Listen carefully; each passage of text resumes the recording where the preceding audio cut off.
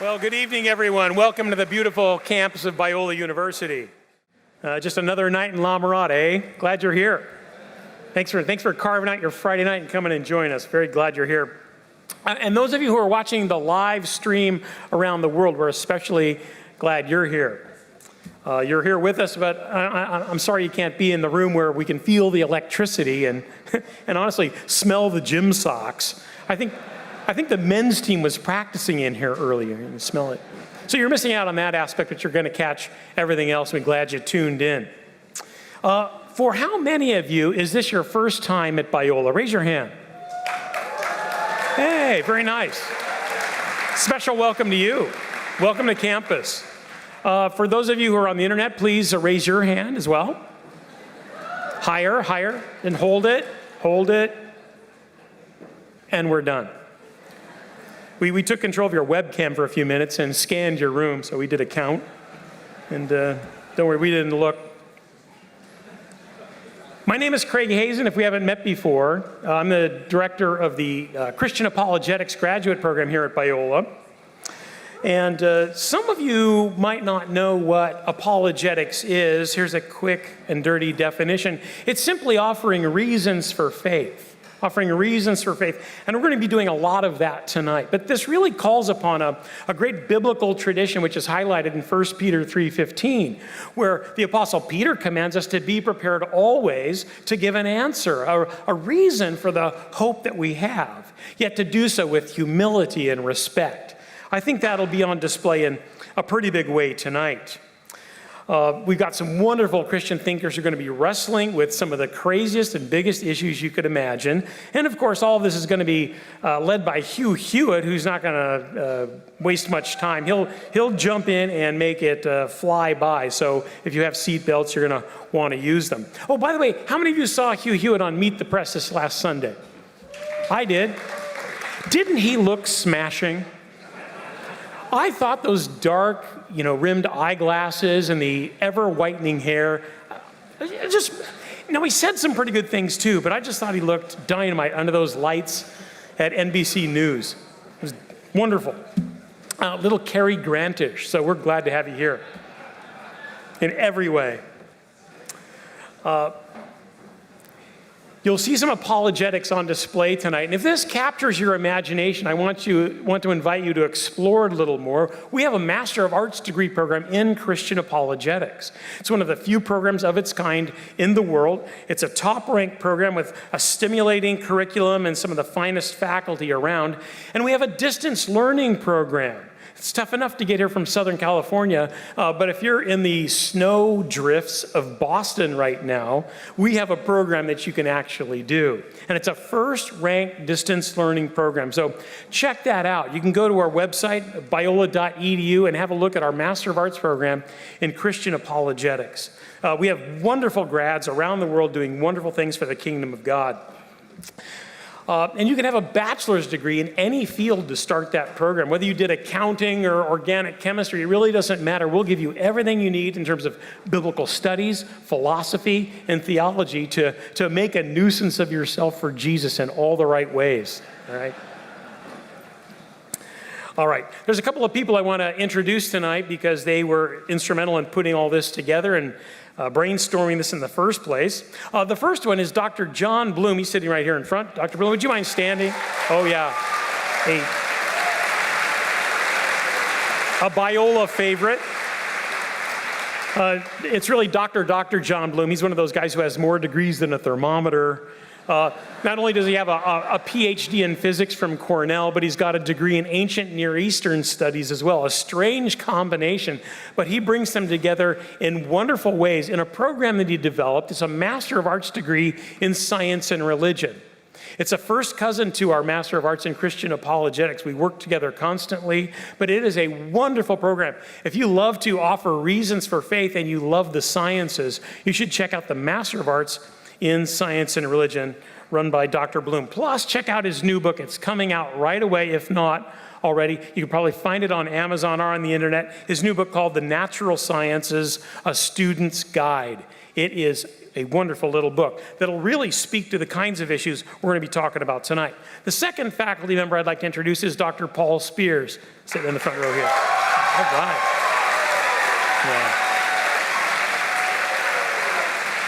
Yeah, they all know Dr. Spears. He's the director of the Torrey Honors Institute, this gem of a program we have right here at Biola, which attracts the best and the brightest Christian students from around the country, if not around the world, and not only lets them major in key things like biochemistry or sociology or film studies, but then gives them, for their general education, a wonderful read through the great books of Western civilization. It might be one of the finest educational programs I've ever bumped into, and Dr. Spears is the chief of that. And we're just so grateful for all his work on that.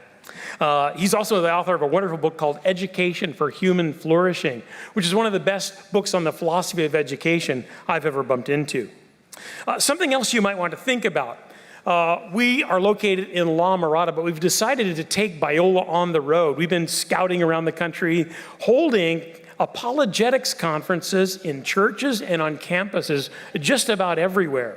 And we have a lot of them planned upcoming. If you want to check biola.edu and go to OTR, which stands for On the Road, you can see the kinds of places we're going to. Some of you might be watching in one of these cities and want to attend one of our events in Tucson, Vancouver, British Columbia, New York City, Pensacola, Dallas, Shreveport, Columbia, Missouri, Atlanta, Singapore, Oslo, London, and more.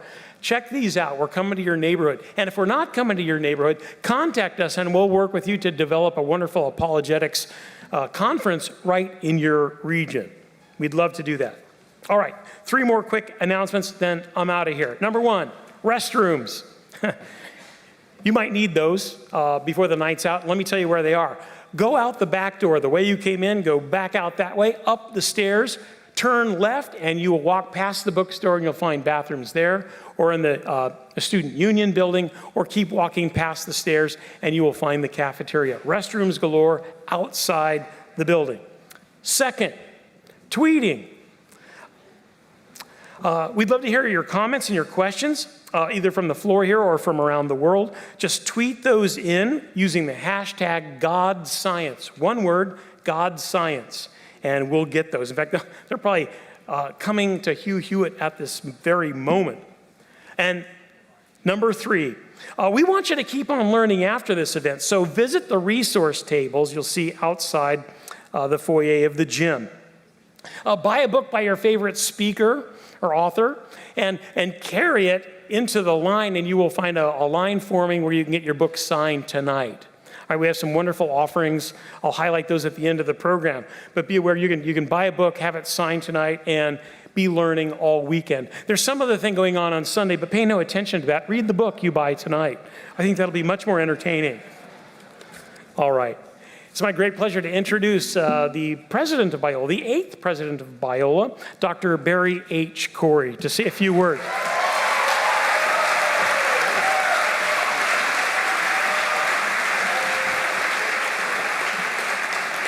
Thank you, Dr. Hazen. First things first, I'm Instagramming right here.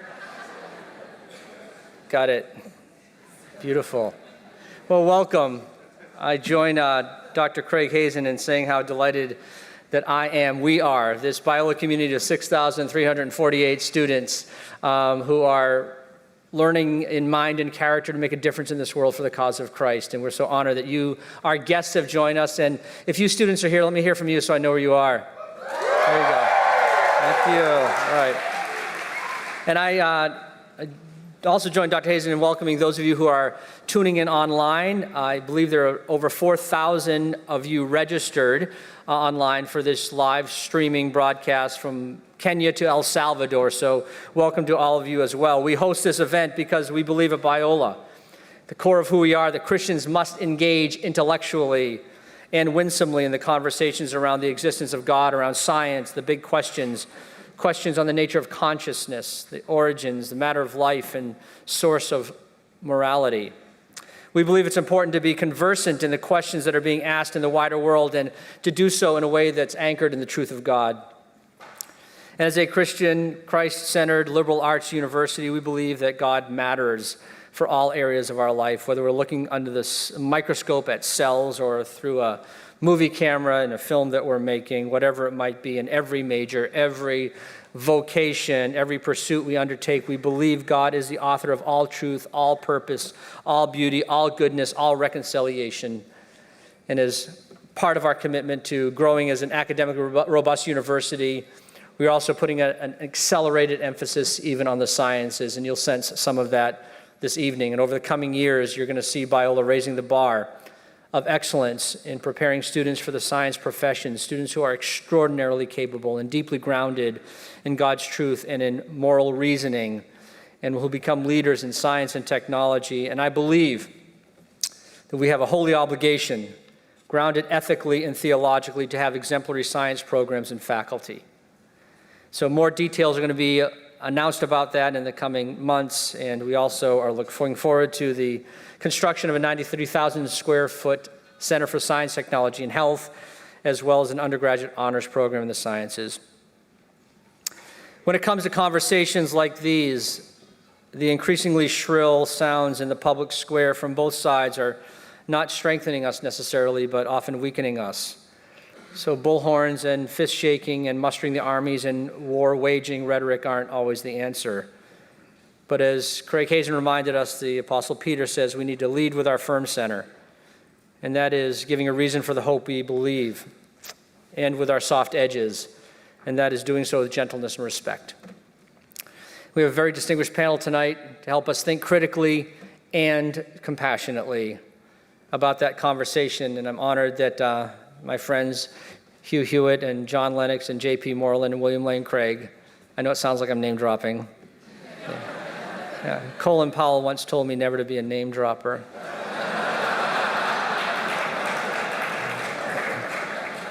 Dr. John Lennox is an esteemed Oxford mathematician, philosopher of science, and Christian apologist who we are thrilled to have as a visiting scholar with us during this interterm at Biola University.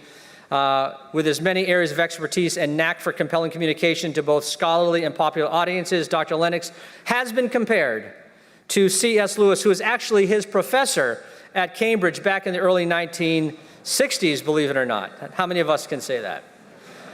Dr. Lennox, thank you for your generosity in partnering with Biola and blessing our students with your deep and wide-ranging wisdom.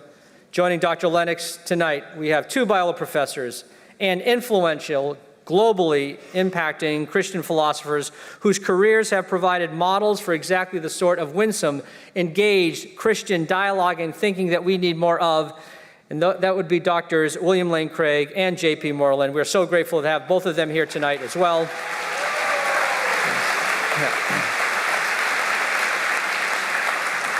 And to moderate our discussion tonight, we have the inimitable Hugh Hewitt, national radio talk show host, professor of law at Chapman University, Harvard graduate, and another great model for winsome cultural engagement and Christian thought. So without further ado, please join me in welcoming our esteemed panelists for this conversation tonight.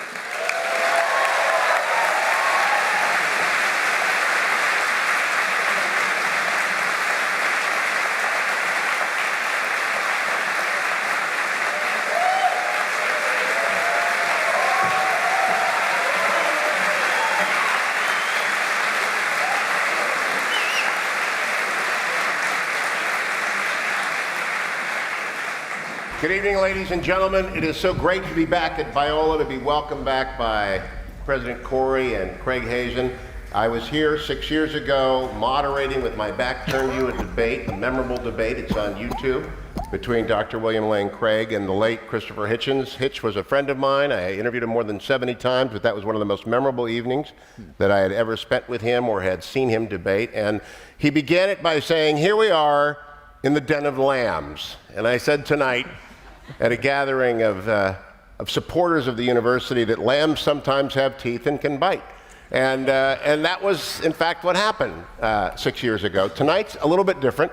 I'm going to jump right in because we will not have enough time with these three wonderful individuals. But one prefatory note, I'm here tonight and doing this event because J.P. Moreland took one of those Biola events to Mariners Church 25 years ago, and I went and listened to it. I'm a Christian. But I hadn't been taught how to do this, and that's what Biola teaches you how to do. And the apologetics program here is simply extraordinary, and if you're watching anywhere in the world Take advantage of the resources online, and if you can get to this wonderful campus, do so. Hashtag God Science. If you're part of the participants, I'll be checking it. I'm going to start with a news story that if you three gentlemen had listened to the radio show with Craig Hazen 2 nights ago, you would know it was coming. This is from The Guardian, so I'm going to begin with you, Doctor. The headline says, "Skull discovery suggests location where humans first had sex with Neanderthals. Skull found in northern Israeli cave in western Galilee, thought to be female and 55,000 years old, connects interbreeding and moved from Africa to Europe." Ian Sample, the science editor, says. An ancient skull found in the cave has cast light on the migration of modern humans out of Africa and the dawn of humanity's colonization of the world. Now, I am proving, of course, Biola is not afraid of The Guardian or of science or of discovery, but I am curious, Dr. Lennox, what is your reaction to not only the discovery, but the way it is presented and what it says to your worldview? Well, that's the first I've heard of it.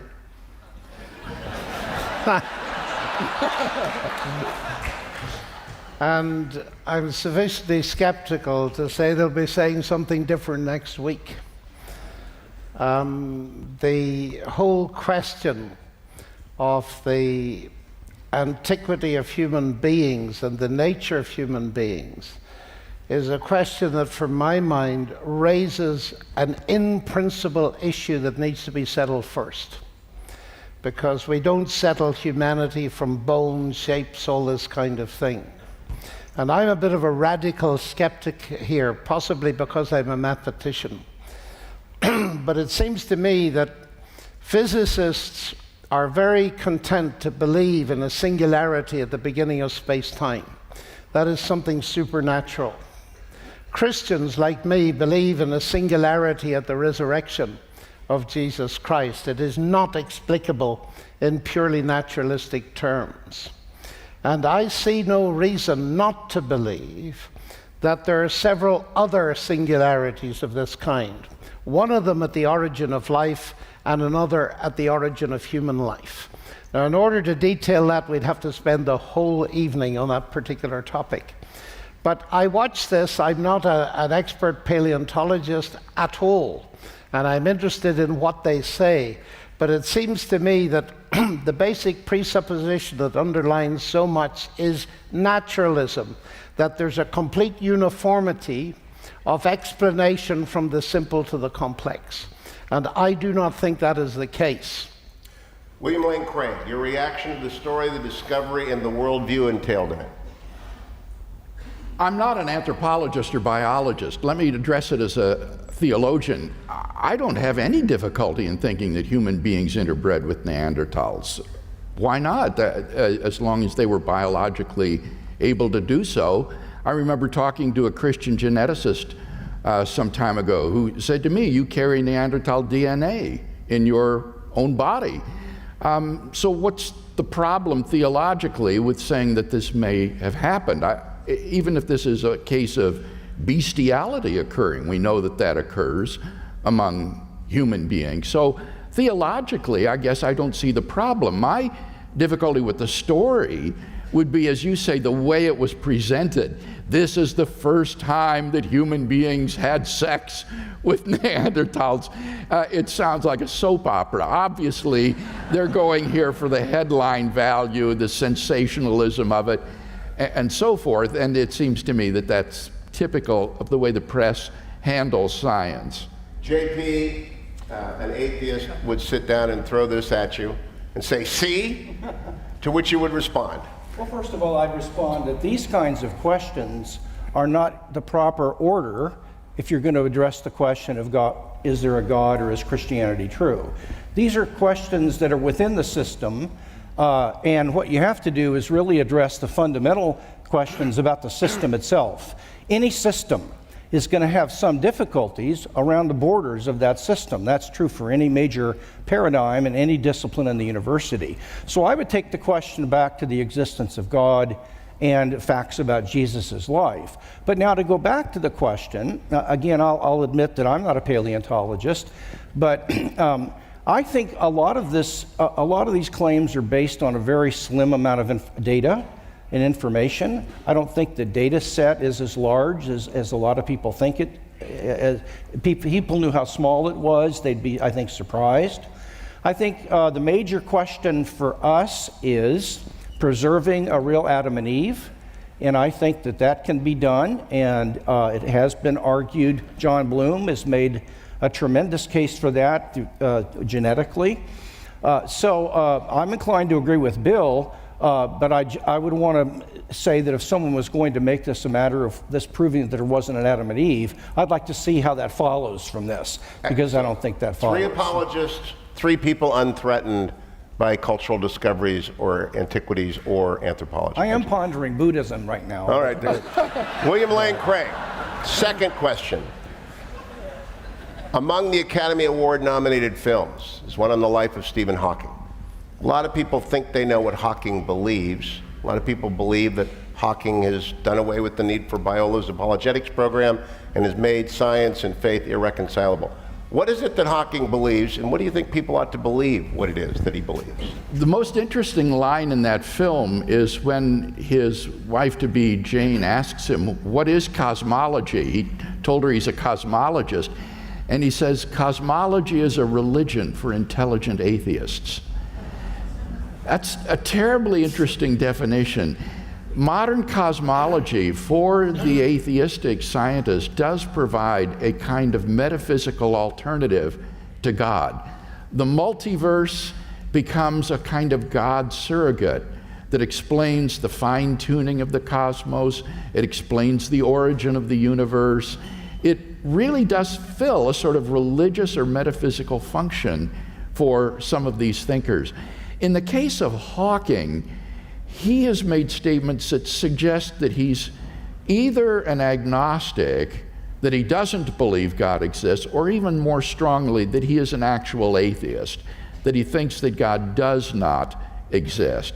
But so far as I know, he's not provided any argument to support his atheism. He simply said that he doesn't see any need for a creator of the universe, but that obviously isn't a proof that there is no such being. Dr. Lennox, you want to comment on this? I do, yes. Because Stephen Hawking was just ahead of me at Cambridge. I can remember him quite well, though I didn't know him. And I was rather amused that when the Times interviewed him and asked him about religion, he said, religion is a fairy story for people afraid of the dark. And I was asked to comment, so I said atheism is a fairy story for people afraid of the light. Now,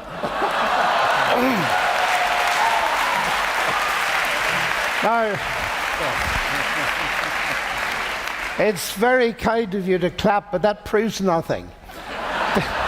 Because That's a great line. one of the We're things... not anti-applause. No.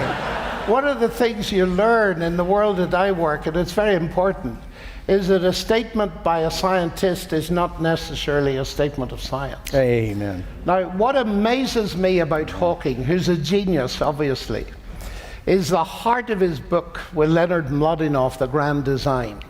The key statement is this: because there is a law of gravity, the universe can and will create itself from nothing.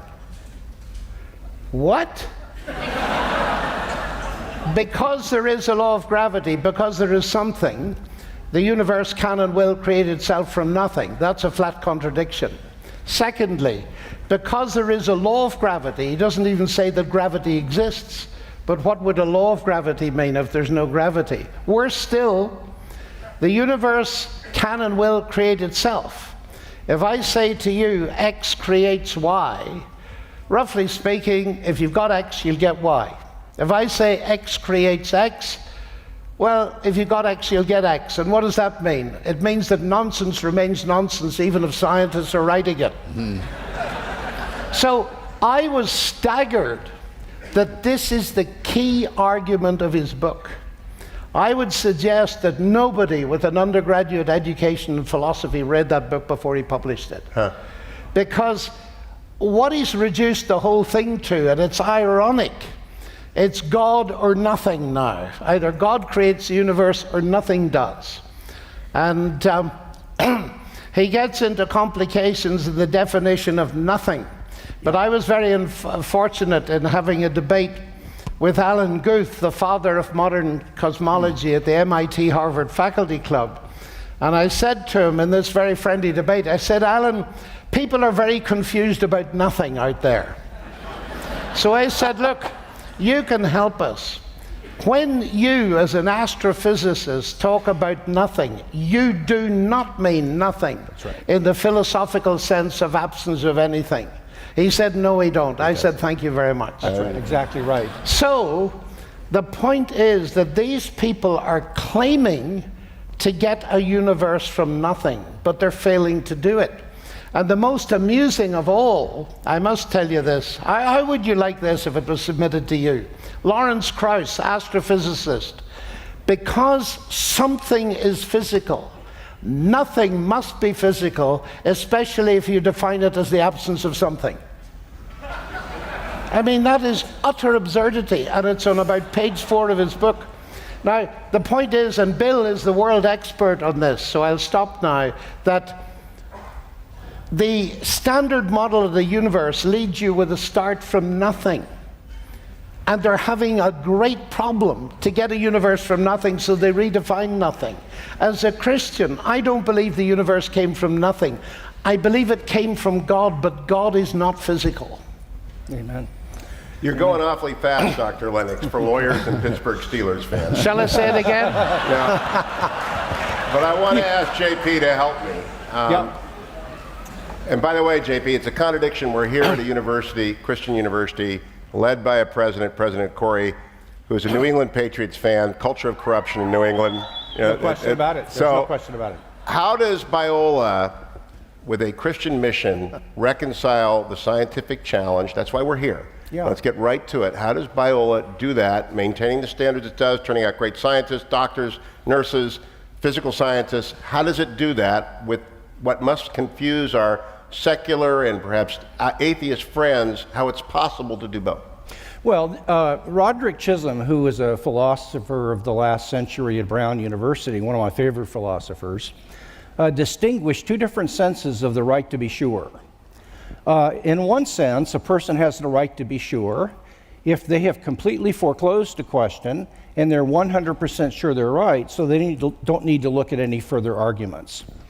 The second notion of a right to be sure is that I take myself to actually know this thing in question, though I will agree I could possibly be wrong, and I'm willing to look at further evidence against my view, but I'm not going to do it with a mindset of being 50-50.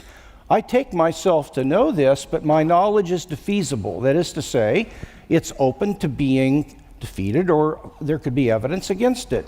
And I think it's the second right to be sure that is required in a Christian university to explore things. I take myself to have a body of knowledge, not beliefs, but a body of knowledge from Scripture, and especially with regard to the core commitments of mere Christianity. I don't take this to just be truths. I take it to be truths that I know to be true. And then I take a look at the best literature that's against what I believe. I try to find arguments in favor of it with my students. And if they can find something that's been written against a particular view on my specialties, neuroscience and the soul, we'll read it and talk about it. And my assumption is that if what I take myself to know to be true, it's going to be okay in the long run. And we've been doing this a long time, and I will tell you something, Hugh, that's very, very ironic.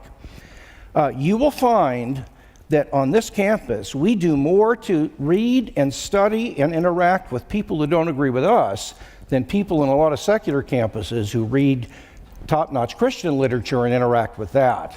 So you're going to get a much more balanced education here than UCLA or a lot of other places. William Craig, I've had interviewed Dawkins, Dr. Dawkins, Professor Dawkins.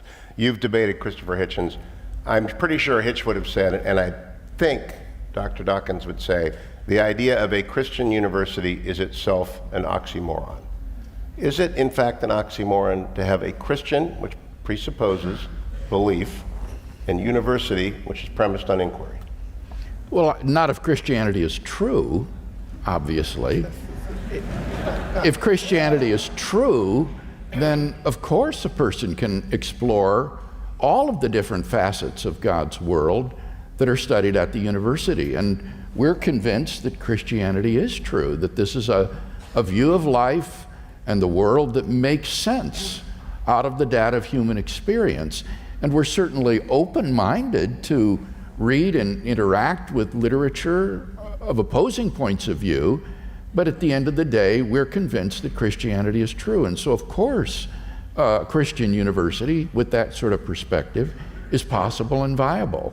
So, Dr. Lennox, when I had Dr. Dawkins on, he said, so you really believe Jesus turned water into wine? That's what he went to. And I said, yes.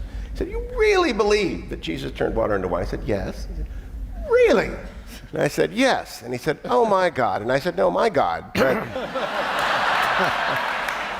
But he was fundamentally convinced it was not possible to be logical and Christian. I'm sure you ran into that when you debated him. Tell the audience about that occasion and how you interact with the new atheists. Oh, I did, but you know, on your previous question, it's very funny. The idea of a Christian university being an oxymoron, that means that both Oxford and Cambridge are oxymorons. Because Christianity gave us the universities. Our intellectual... You can include Harvard, yes, Princeton, Yale well, in that list. Yes, Harvard came from my college at Cambridge, actually. Oh, big footing my alma mater, are we? Okay. No more of that. But anyway, it was quite amusing when I encountered Richard Dawkins on a broadcast that was never broadcast. He plowed into me about this water into wine. And I said, Richard, look, if Jesus was the Son of God, he invented water, so turning it into wine wasn't a big deal. But the point is that what he's reacting against, and I had this with Hitch in public. Hitch was saying, you know, you can't possibly believe in miracles as a scientist because David Hume has shown long ago that miracles are a violation of the laws of nature. What I discover with people like Dawkins and co., they won't investigate the Christian evidence. Why? Because they've decided in principle that miracles are impossible. In other words, they bought into David Hume. Now, I happen to believe that David Hume is false and demonstrably false. But you have to overcome that at first. And it is very sad to me that Dawkins, who shouts loudest for evidence, doesn't seem to be remotely interested in it. Because when I put it to him, I said, well, how did you get on when you studied the evidence for the resurrection of Jesus? He said, I don't know how anybody could be remotely interested in it. Well, that's not scholarly, that's anti-intellectual. But perhaps that's not answering your question. No, it is. What was the question is, when you confront a new atheist, and they say it is impossible to approach a university from a Christian perspective because it presupposes the truth of the resurrection. I think Bill answered it in one respect, is we believe it to be true after investigation. Oh, yes. Oh, okay, let me say something about that. The interesting thing these days, I give a lot of lectures on science and God. And one of the provocative things I say is that science has not buried God, but science is doing a very good job of burying atheism. And the reason for that is, and I think it's extremely important, is that C.S. Lewis saw it years ago, that we do brilliant science because we think, but what we haven't done is think about thinking. And the status of thought in the atheist worldview is very questionable. I mean, sometimes I have fun with my colleagues in Oxford, and I say, what do you do science with? And they say, I've got a machine worth $1 billion. I said, I don't mean that, I mean this. Oh, you mean my, and they nearly say mind, and then they remember that there's no mind, there's just a brain. And so they say, I do it with my brain. I say, tell me about your brain. Do you want the long story? No, the short story. Okay, then, the short story is, my brain is the end product of a mindless, unguided process. And I say to them, and do you trust it? Now, that's the jokey way of putting it, although it irritates a lot of intelligent people. But Thomas Nagel, who's a world-class philosopher, has come out with a fascinating book, Mind and Cosmos, Why the Neo-Darwinian View of the Universe is Almost Certainly False. And he's simply making the point that if you take the reductionist view of thinking and reduce it to physics and chemistry, you empty rationality out of all possible meaning. In other words, I claim that science, the very fact that I can do mathematics, is one of the most powerful evidences that there's a mind behind the universe. In other words, science is burying atheism. So the shoe's on the other foot. I want to follow up on that. The most widely linked to Wall Street Journal editorial, probably since it went online, was by our friend Eric Metaxas, and it occurred within the last 30 days after the publication of his book Miracles, in which he said the evidence that science is producing is pointing overwhelmingly to a creator and a created order. William Lane Craig, do you agree that the march of science is doing that? I didn't read Metaxas's article. I saw an interview with him on CNN. I was a little distressed, frankly, Hugh, at the superficiality of the interview that I saw. It didn't seem to me... That's what journalists do, Bill. That's what we... I would prefer to be more careful, or I think you open yourself up to the charge of God of the gaps. That is to say, you're just using God to plug loopholes in our scientific knowledge. Here's how I would put it. I think that science can provide evidence for a premise in a philosophical argument for a conclusion having theological significance. That is to say, you can have a philosophical argument, say, for a cosmic designer, and science will provide evidence for one of the key premises in that argument. So you're not using science to prove God in the sense of the God of the gaps kind of reasoning, but you're appealing to scientific evidence to support one of the premises in your argument. For example, that the universe began to exist, or that the fine-tuning of the universe is not due to chance or physical necessity. Religiously neutral statements that can be supported by science, and then in conjunction with other premises, these will imply a conclusion that will have very great theological significance, like there is a cosmic designer, or there is a personal creator of the universe, or something of that sort. So, JP, was Eric wrong to suggest this argument exists and is finding an audience? Was he putting forward a God of the gaps? Well, I didn't hear the interview either or read the paper, but I wouldn't say he was wrong. I would say he was not careful and wasn't stating it the right way. So I think that if he would put it a little bit more carefully, like Bill has done, that science can provide evidence for a premise, like that the universe began to exist, that could be a part of an argument with the conclusion there's a God. I think that's the best way to go about it. By the way, I want to go back to the miracles thing for a second. You might want to take a look at Craig Keener's hernia-inducing 2-volume set that covers maybe 1,400 pages, where he is one of the most detailed researchers I know, and he has documented evidence that there are miracles happening around the world and have been in the name of Jesus, and it's pretty hard to take a look at the work he's done on that and to dismiss it all as though none of this happened. I think most people in an average church have seen or know of a miracle that's happened among their people, an answer to prayer that is very hard to be explained, a healing of some kind.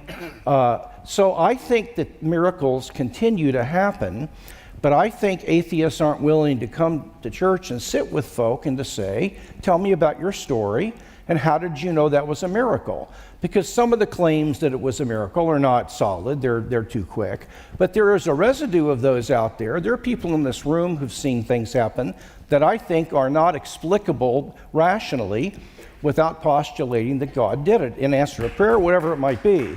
So I think these things didn't just happen in Jesus' day, and nobody up here is saying that. But I think that they continue to happen, and it's all you have to do is go out and talk to people. By the way, I'll tell you a miracle that's happened tonight. Twice John Lennox has demonstrated by his humor that the Brits don't have to be stuffed shirts all the time. And I think that's a miracle right there. Not because he's Irish, really. No, that yeah. doesn't count. Dr. Lennox. Sorry about that. I think Bill here has said something very important. Two things, actually, and I'd like to emphasize them. The first is we use the word proof too carelessly.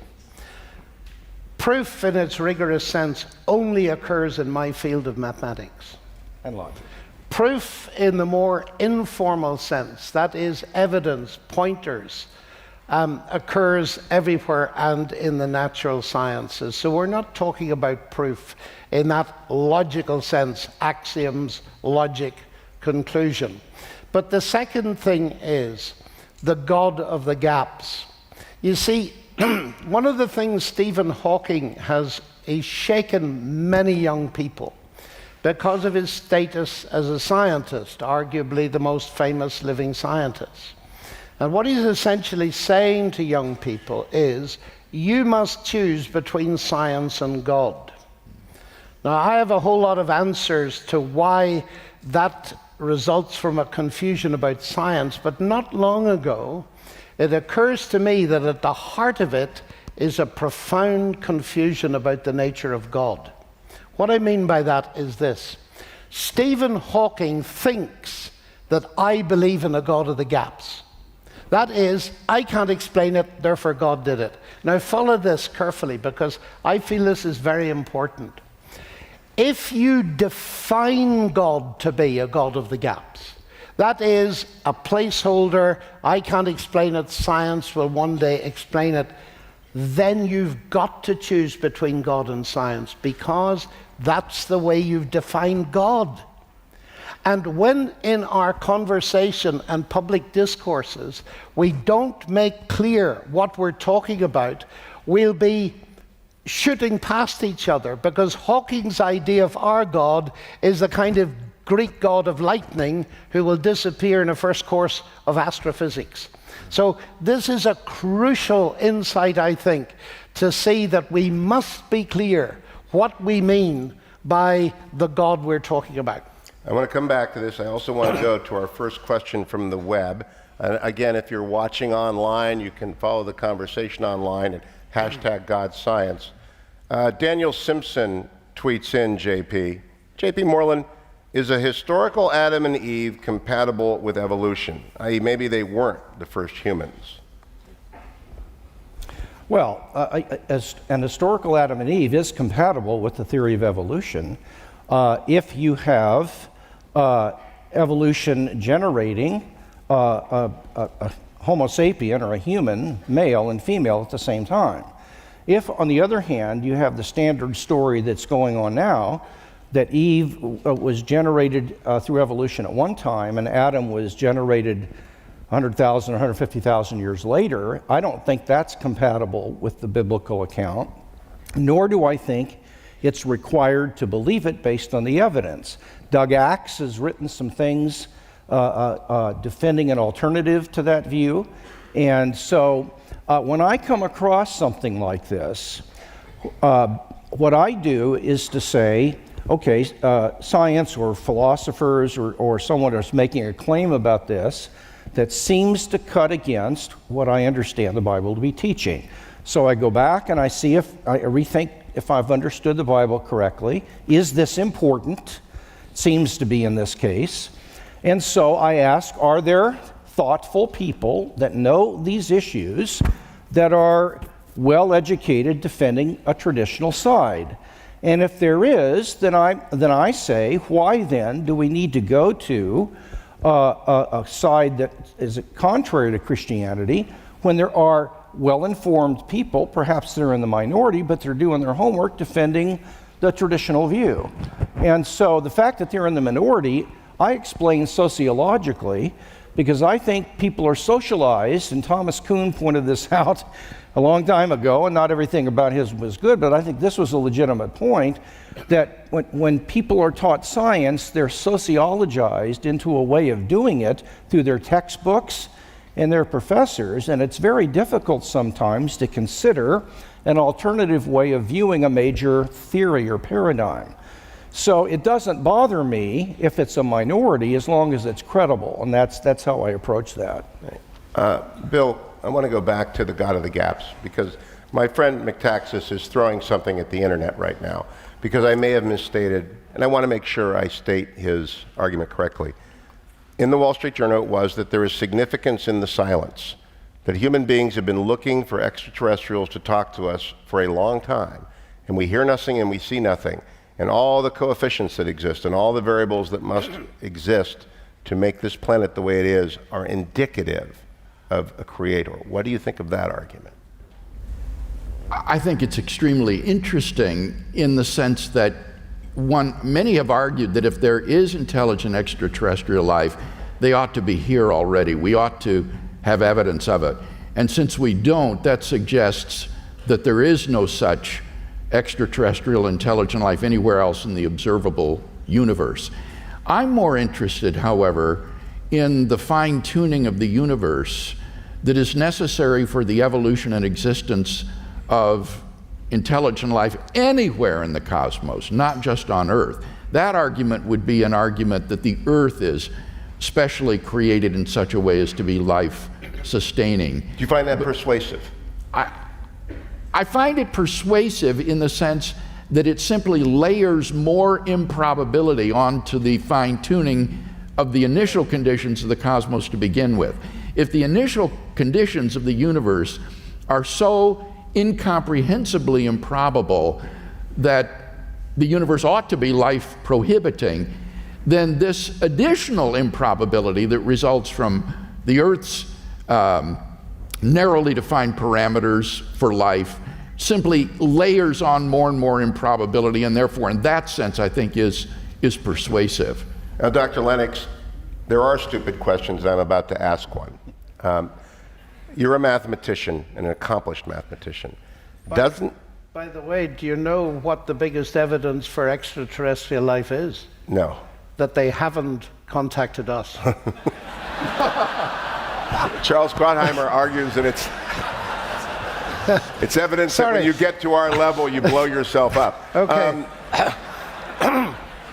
Always the new atheists say infinity answers everything. You're a mathematician. Infinite possibilities answer everything. What do you say to that? I've never heard an atheist say that. But what you probably mean is that in the days before they believed in a finite time backwards to space-time or whatever, that they thought that given infinite time, whatever that means, plus chance, you'd get anything. But that's gone now. I don't find people making that argument. But perhaps if you make it a bit more precise in some area. No, I'm a lawyer. I don't do that. Never make anything. Bill, let's bring Bill in. One area it comes up would be one I've alluded to already, the appeal to the multiverse. Yes. The multiverse doesn't Bill. need to be infinite in time. No. As long as you have an infinite number of parallel worlds, universes in this world ensemble, and by multiplying your probabilistic resources, you increase the chances to one of having intelligent life somewhere in that world ensemble. If you have many roulette wheels spinning at the same time, you're much more likely to get the winning number than if it's just one wheel. So that's what I understand atheists to be arguing now. Yes, I think that at least with respect to the design argument, honestly, this is where the heart of the controversy is today. It is design versus the world ensemble or multiverse hypothesis, versus which infinity. are two metaphysical hypotheses, extraordinary metaphysical hypotheses that are at the heart of the debate over this today. And so how does one prefer one of those premises over the other? Well, I would say two things about that. First, I would say that whereas we have independent evidence for the existence of God, we have no independent evidence of the existence of a world ensemble or multiverse, much less that it's infinite in number and randomly ordered. George Ellis, who is probably the world's most famous cosmologist, University of South Africa in Cape Town, has said that we cannot and do not have either direct or indirect evidence of other worlds, of multiverse scenarios. They are metaphysical in nature. But secondly, there's this tremendous objection that faces multiverse explanations that Roger Penrose at Oxford University has raised, namely this, that a world in which just a tiny patch of order exists, enough for our existence, say the size of the solar system, is incomprehensibly more probable than a finely tuned universe. And therefore, in the world ensemble, if we are just a random member of that world ensemble, we ought to be observing a universe like that tiny patch of order, because there are simply vastly, incomprehensibly more universes that are observable like that than finely tuned universes. So the fact that we don't have those sorts of observations strongly disconfirms the multiverse hypothesis. Now, I'm fairly certain that this audience and the online audience wants this explained in depth. They want to understand the multiverse response. So JP and John, Yeah. I want you both to take a whack at it. Okay, so the problem for the atheist is that we've discovered that there are a number of constants of nature and other factors that are fine-tuned. And what that means is that their physical magnitude, let's say the charge on an electron, if it were slightly larger or slightly smaller, on the order of a very small percentage change either way, you can't get any kind of life in the universe. So that when you add these factors up, there are several of them, it becomes extremely improbable in a mind-boggling kind of way that this universe could have just happened by chance and be a life-permitting universe. It looks like, as one person put it, that the dice were rigged ahead of time so that life could take place. And by the way, we do explain things like that all the time. We find improbable things that come together, and we will often explain them as the result of personal agency. The action of a personal agent can explain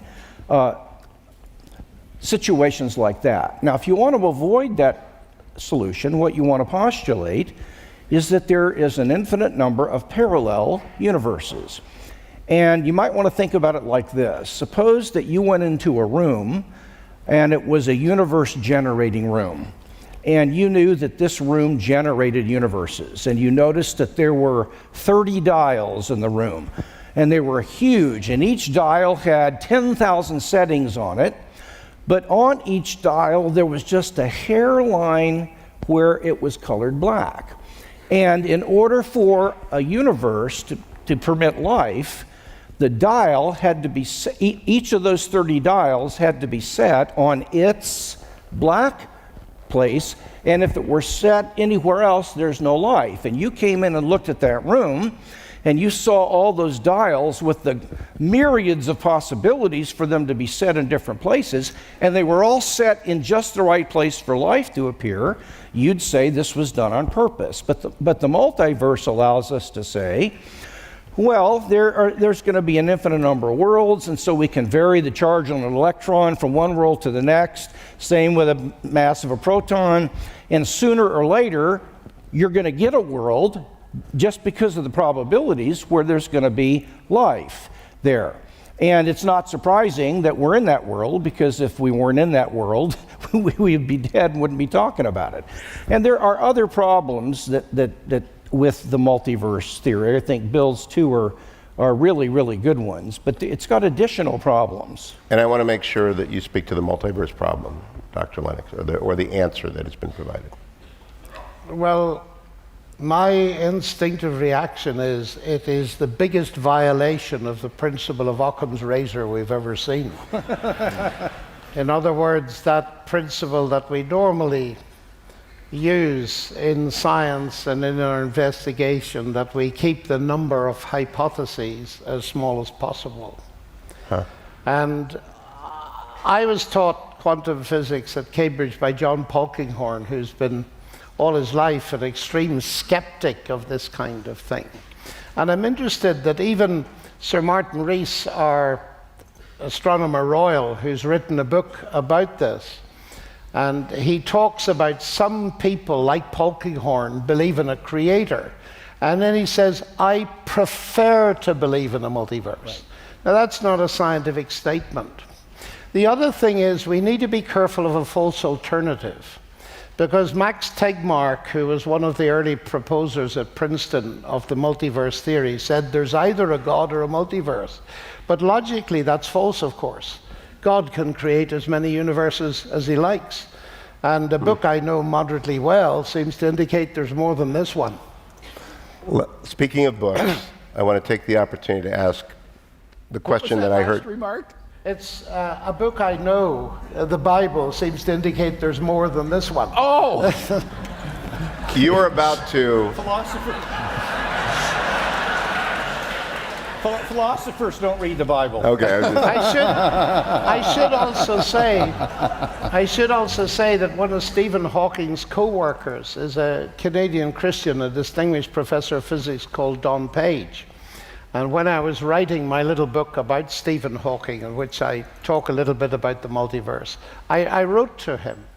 And it was very interesting what he said. He gave me permission to reproduce it. But he's a believer, a Christian, and he believes in the multiverse theory. So it's not an alternative God or the multiverse. So no matter what you believe about it, you can't deduce the non-existence of God from it. Actually, I think theism is the best hope for the existence of a multiverse. Yes.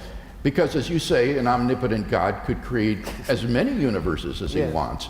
But on naturalism, it is highly, highly improbable that we should be observing a finely tuned universe. It is incomprehensibly Would you more explain the term probable. naturalism for the benefit of... Atheism. Think of the Steelers fans always. Okay. If there's no God, then it is incomprehensibly more probable, if we are a random member of a multiverse, that we ought to be observing a world that is just a tiny patch of order that permits us to observe it, rather than an entire universe that's fine-tuned, because those little tiny patches are simply incomprehensibly more probable than finely tuned universes. So if you throw a dart at the observable universes in the multiverse, in all probability, you're going to hit a very tiny patch of order, not a world like this.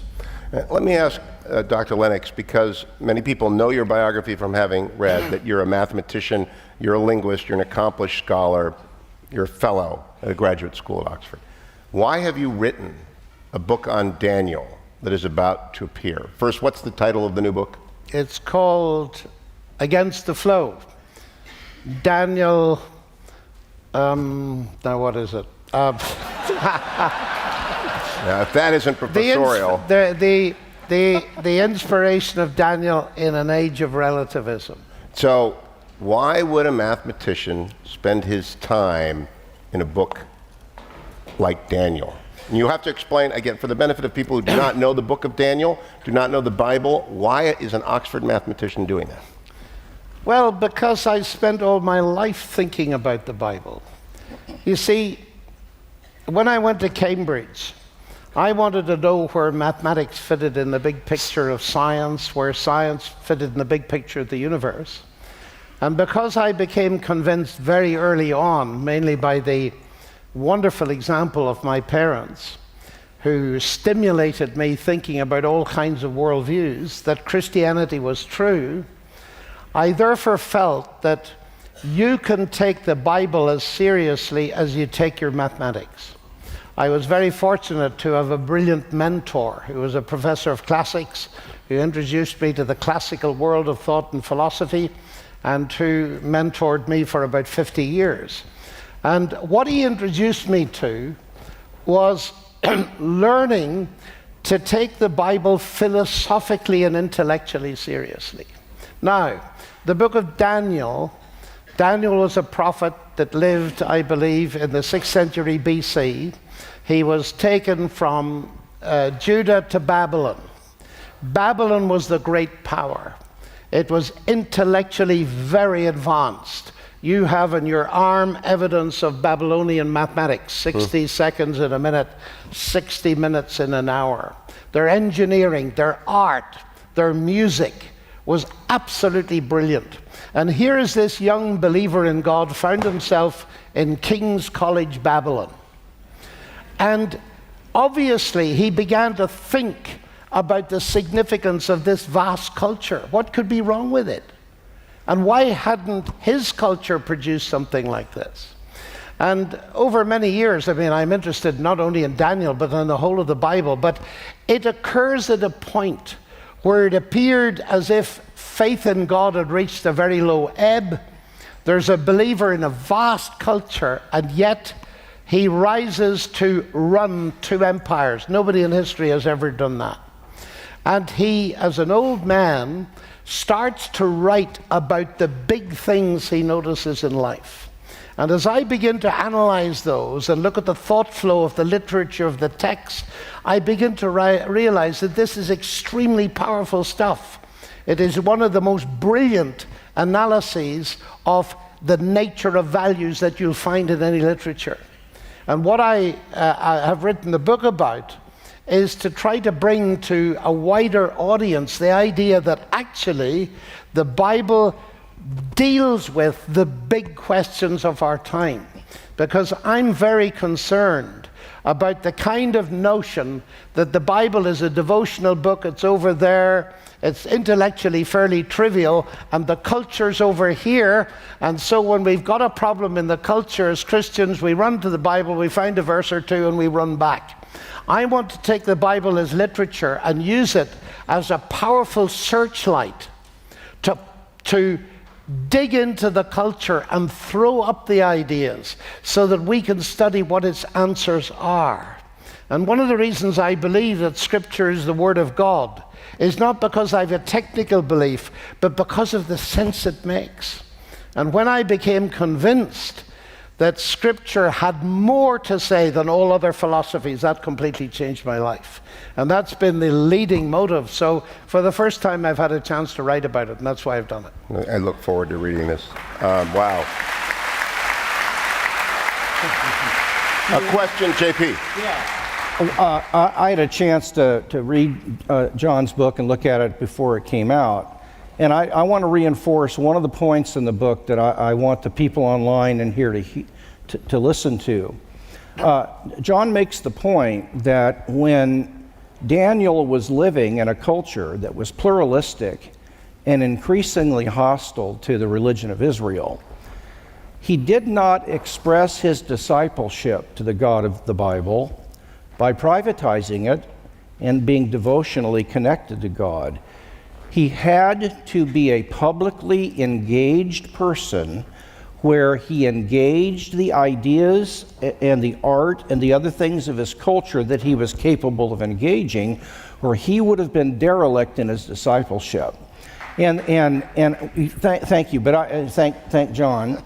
But the point that grieves me so badly, and you know, I've given the last 40 years of my life to this, and yeah, it really grieves me, is when I see the body of Christ overemphasizing the personal piety and the affective aspects of the faith, which I believe in deeply. Those are crucial, but at the expense of helping people become public and to learn how to dialogue and engage with the issues of our time from a biblical perspective that makes sense to people.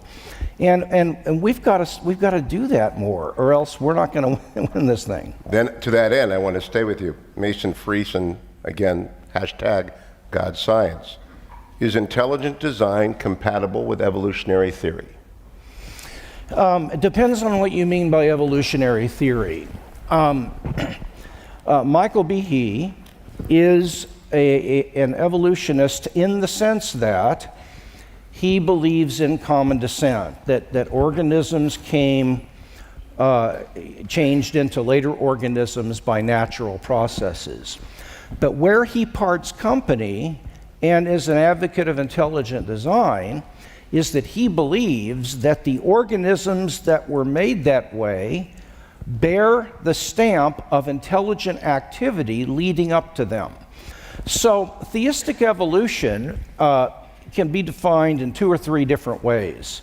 One of them is a contradictory definition, and that is to define it as a guided, unguided process, because evolution is considered to be an unguided process, and the theistic evolutionist says it's a guided, unguided process. That's a little tough to choke down. Another way to define it is that it's not a guided process, and indeed God did not know what the outcome would be. The other view is, no, God did guide evolution as long as his activity can't be detected. Now try that with answer to prayer for a minute. I mean, God's allowed to answer prayers as long as you can't know he did it. I don't know if that's a good way to go about this. But the point is that Behe thinks that there are clear evidences of intelligent causation at the back of the process, so he would not be a theistic evolutionist. Now, there are others who would say that God created at different points in the process because the natural materials themselves couldn't bridge that gap. But what makes an intelligent design person is primarily the commitment to the scientific detectability of personal causation of a divine sort in the data of science itself. And that, therefore, God's action becomes a positive explanatory has a positive explanatory power, and it's not a God of the gaps argument because there are positive reasons for thinking that divine agency was here. We don't say God must have done this because we have no other explanation. No, there are positive criteria that have been developed to detect it. So whether they're compatible depends on what you mean by theistic evolution. I would say generally not, except in a very nuanced way. William Lane Craig, it is a mark of good, rigorous argument that you know the weakest part of your argument. And you know we're easy to attack the new atheists. But if the best trained new atheist was here, what's the hardest question to pose to this panel? Oh my goodness. I think it would be about the historical Adam and Eve. In my discussions with population geneticists, the evidence seems to indicate that the pool of early humans never got below around 2,000 people, and that therefore the person who believes in an original human pair has got some real explaining to do. He's got to show why the genetic models are mistaken, or at least that they're not certain enough to invalidate this. And here I'd like to pick up on something that JP mentioned that is very interesting. JP mentioned that the so-called mitochondrial Eve, from whom all living persons are descended, and the chromosomal Adam that all humans are descended from were hundreds of thousands of years apart. Recently, these estimates have been redone. Yes, and so now they think they could be roughly contemporaneous, which would be exactly in line with having an original mother and father of the human race. Now, that doesn't explain the genetic evidence that I just talked about, but it would say something very significant about the mitochondrial Eve and the chromosomal Adam actually being Help me out with your contemporaneous. first objection, though, that the most talented new atheist would say, not can he change water into wine, but he said, you don't really believe in an Adam and Eve. Am I understanding you correctly? Right. To which you respond, what, Dr. Lennox? Oh, I believe that human beings are a supernatural creation, that there was an original two, and that is a very provocative thing to say. But I believe it, you see, because I think that there is strong evidence for more than the singularity at the Big Bang and so on. If I could just throw some light on it by referring back to what JP was saying. You asked about evolution and intelligent design. But you see, there's a presupposition behind evolution. I'm not a biologist. I'm a mathematician, so I'm interested in the presupposition. The presupposition, of course, is the existence of life. And Richard Dawkins fudged the thing for years. in his book, The Blind Watchmaker, by saying that the Darwinian evolution was the explanation for the existence and variation of life. It isn't. And we need to get this absolutely clear. Evolution, whatever it does, and I've written a book and I'm very skeptical about a lot of things, I'm not going to go into them tonight, because whatever evolution does or doesn't do, it presumes the existence of a mutating, replicating DNA. Now, if you look at DNA as a black box, it's the longest word we've ever discovered. Computer science language is used to describe it. And the biologists were reluctant at the beginning to do this, but now they all accept it. Now, the very interesting thing is this, that a lot of the debate around this circles on the nature of explanation. What do we mean by scientific explanation? And it is a very common view that all explanation proceeds from the simple to the complex. And so you have all these evolutionary scenarios, which incidentally are being questioned these days by serious biologists, but I leave them aside. But you see, there's one area where the simple to the complex explanation does not work. And that is the area where language is involved. If you see your name written on Long Beach or something, 4 or 5 letters of your name, you infer immediately upwards to an intelligent input. No matter what mechanism put that there, you do that. Now, the fascinating thing, and I often suggest it to my fellow professors, I say, look, you go into your laboratory and you see the DNA with 3.5 billion letters in exactly the right order. And I ask you, what's the origin of that? And you say, chance and necessity. When you'll see anything with language on it, 4 or 5 letters, and immediately you say intelligent input. Now, what I want to argue, and I do it on the basis of theoretical computer science as well, is that this isn't God of the gaps. That language at all levels demands intelligent input. But now the moderator and that has is the to step key in. thing. The atheist who is watching will say, that was beautifully put and it was not responsive. Or a judge would say that. The question is, posed by Bill, Adam and Eve are a problem. Your answer was, I believe in Adam and Eve, let's talk about the improbability of DNA. It's non-responsive. Let's talk about Adam and Eve. Are you saying that you can't explain Adam and Eve by science? No, what I'm saying is this. What I'm saying is the origin of life seems to me a clear singularity that is indicated by science. Now, if we're going to suggest that evolutionary processes produced human life, we've got to have a mechanism that increases complexity. I simply don't see it. Right. JP, do you see why I'm saying it's not responsive? Well, the point I'm not going to answer that question. This is a huge topic, you see. First of all, you have to map out exactly what it is Scripture claims. Now, I could be even more provocative in pointing out, it seems to me that what Scripture does is go as far as it can to indicate that humans don't come from other animals. Can I explain that for a minute?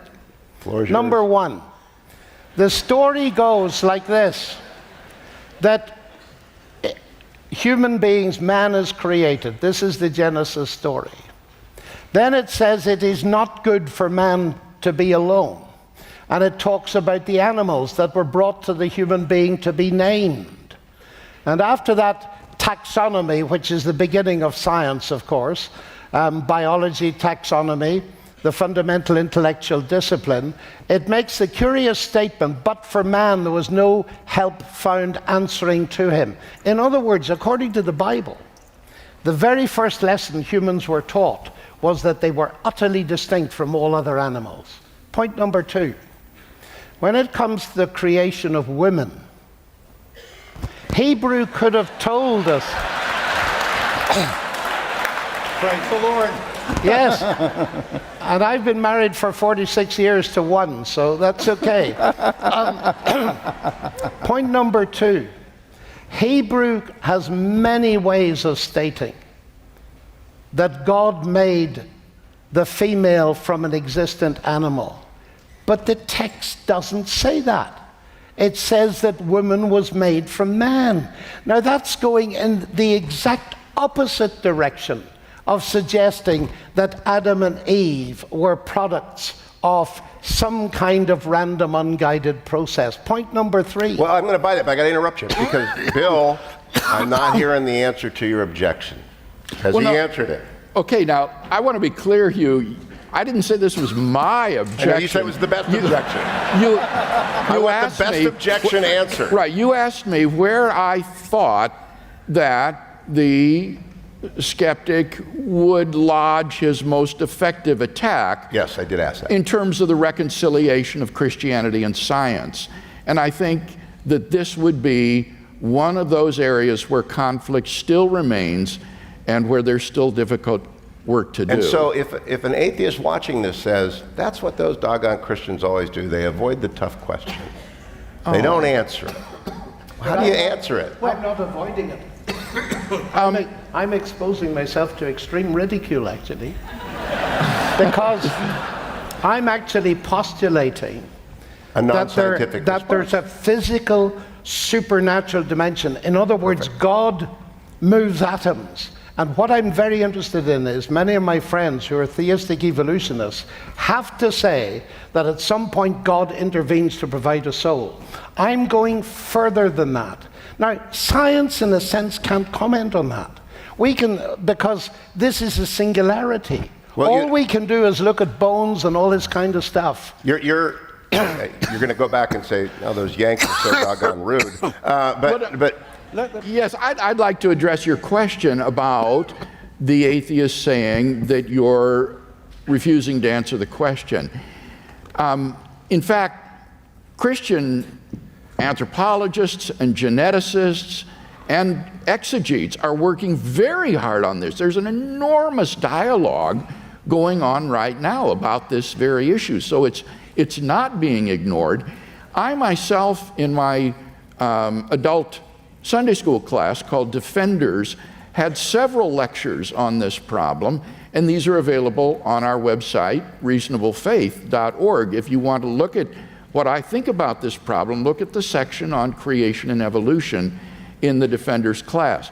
But the third thing that I would like to add, Hugh, is that I find it tremendously hypocritical that these same new atheists and scientists very frequently extol the virtue of science because scientists are not afraid to say, "I don't know." And I have an open mind about this, and I don't have all the answers. Whereas religious people claim to have all the answers, they've got it all tidy and sewed up. Well, that's just hypocrisy. So what John was getting close to, Stephen Jay Gould was a professor of mine and often a guest. So there were just different magisteriums. I'm sure you've heard this. There's science and there's faith. And he said, don't argue it. And I thought you were coming suspiciously close to driving into that ditch, Doctor. Oh, no, I disagree with Stephen Jay Gould. And I'm very interested in how you put it, science and faith. Faith in what? Because, you know, that formulation is an atheist formulation, because the new atheists have very cleverly redefined faith. Faith is a religious term. It means believing where there's no evidence. I can give you a talk on science and faith that doesn't mention God, because faith is an essential part of science.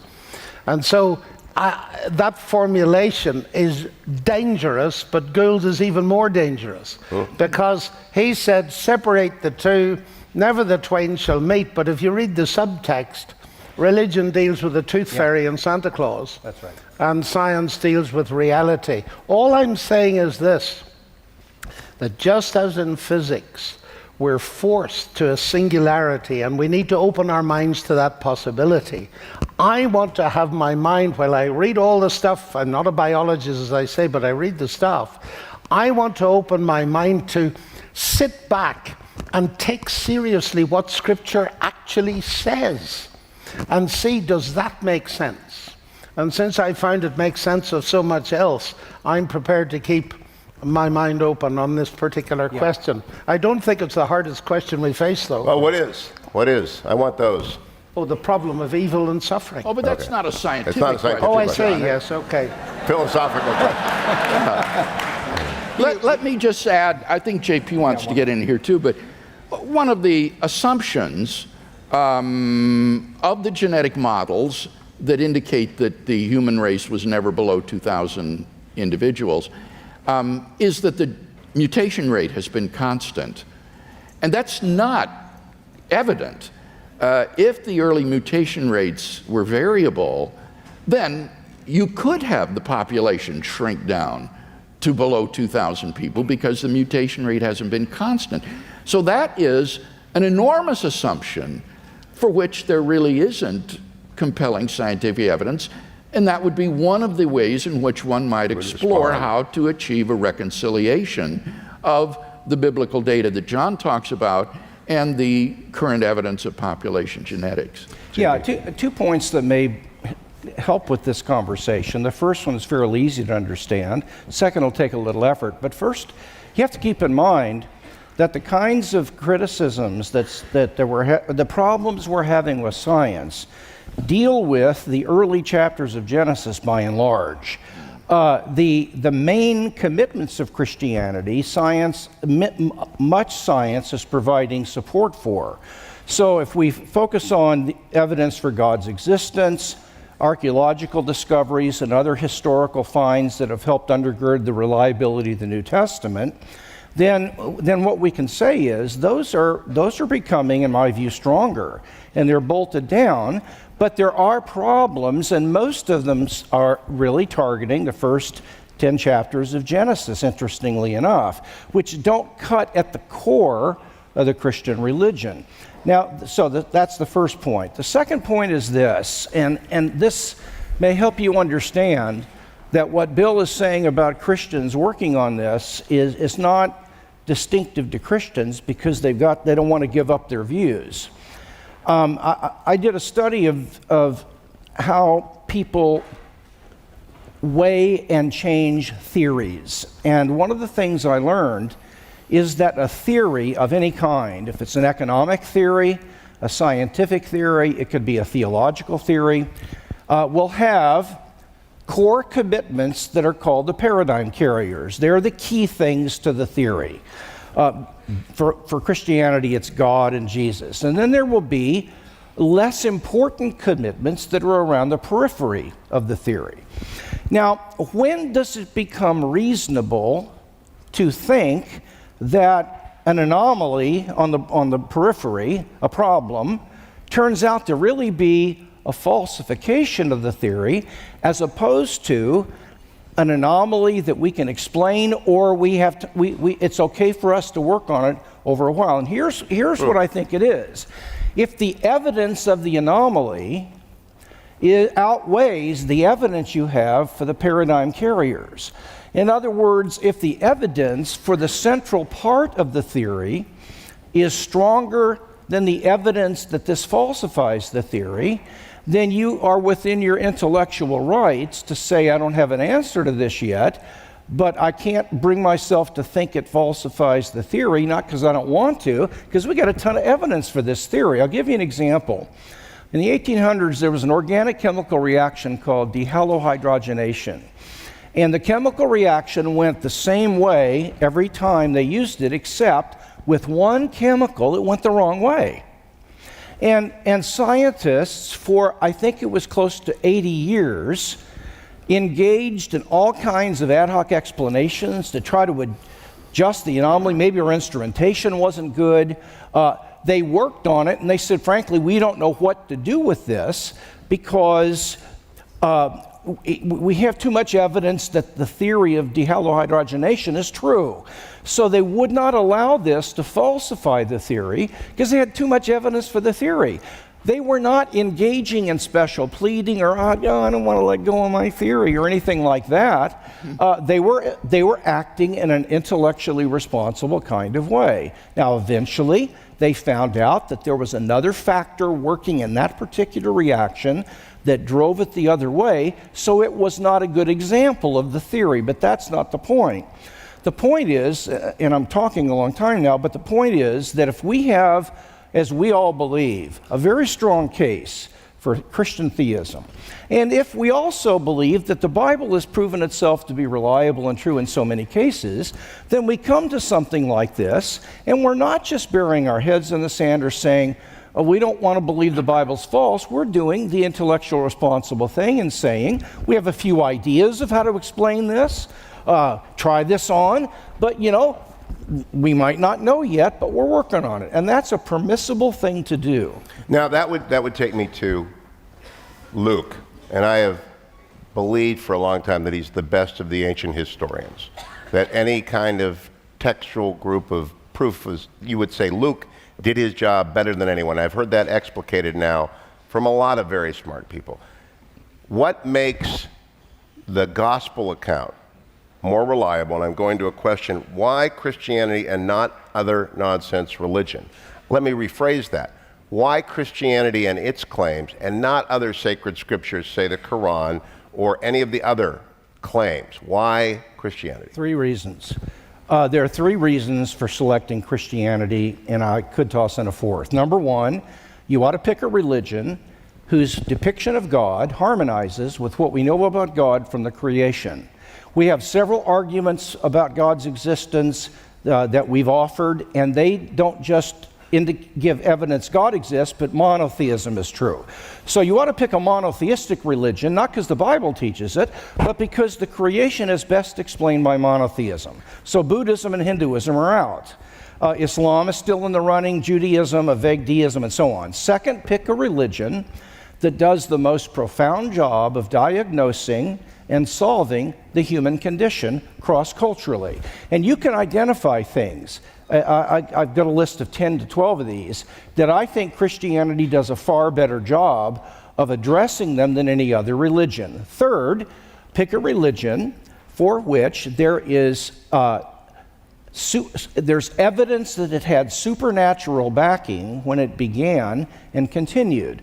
And with the New Testament, we have the evidence of fulfilled prophecy and good historical evidence that the Gospels were early, and some of the little hymns in the New Testament were very, very early and had Jesus already, being worshipped and so on. But Muhammad says, I went into a cave and came out with a good bit of the Quran, not all of it, and trust me, and I just, that's why. And then the other one would be, pick Christianity because it's got Jesus. Now you might think, well, I'd expect that from a Christian, but the fact is, he's the big enchilada, and all the other religions want a piece of his action. So everybody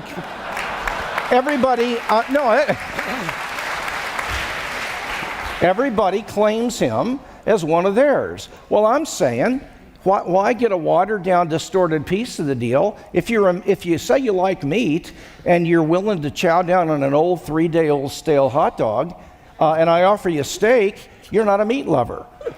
You're a stale hot dog lover. Well, if you're going to go with that religion that's got this watered-down, stale picture of Jesus, and I give you a steak, which is the Gospels, and you say no to it, you're not a God seeker, in my opinion, after you give people time to get over their culture and stuff. So that would be my...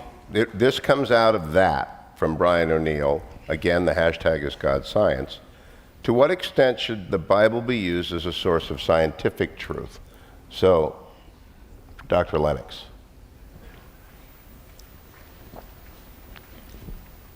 If we mean the natural sciences, as distinct from science in the continental sense, all knowledge, then it's quite obvious that the Bible is not a textbook of science. I don't teach algebra from Leviticus. And what I would say is that although Stephen Jay Gould is wrong, separating the two completely out, the hard and fast, and it needs modification, but science, natural sciences tend to deal with the how questions. And of course, we need to realize in a discussion like tonight that 99.9% of the natural sciences are not talking about questions that raise the God issue. Absolutely. We can get a very skewed idea of science if we think it's always talking about origins and God and so on. It isn't. They're asking the how questions and the why questions of function. Whereas Scripture addresses the teleological questions, the big why questions. Now, I would modify that slightly in saying this, that although Scripture says relatively little about the how of creation, it does say something. And what it says is highly significant. People often say to me, the Bible's useless. It makes no scientific predictions. Well, I have two things to say about that. One is that if you believe Scripture, you could predict that science could be done. And indeed, that's what happened in the 16th and 17th centuries. Because the early pioneers of science believed in God, they believed in a rational universe, and therefore they believed it was worthy of study. But secondly, as I pointed out in a very famous physics institute, which must be nameless, not long ago, I said, you know, some physicist who's very well known said, Professor Lennox, you're not suggesting, are you? Please tell me you're not suggesting that the Bible has anything relevant to say to a 21st century scientist. I said, well, here's one thing. For centuries, what goes in the name of science was dominated by the Aristotelian view of the universe, that there was no beginning. Now, I said, the Bible has been saying there's been a beginning for centuries, in fact, for thousands of years. And let me just make the gentle suggestion to you that if you'd taken the Bible more seriously earlier, you might have looked for evidence for a beginning much earlier. The final point is this. What fascinates me about the statements about creation, which are few in number, is that they have a central emphasis. In the beginning was the Word. The Word was with God, the Word was God. All things came to be. It's an existence statement through the Word. In other words, this idea of word logos is primary, mass energy is derivative.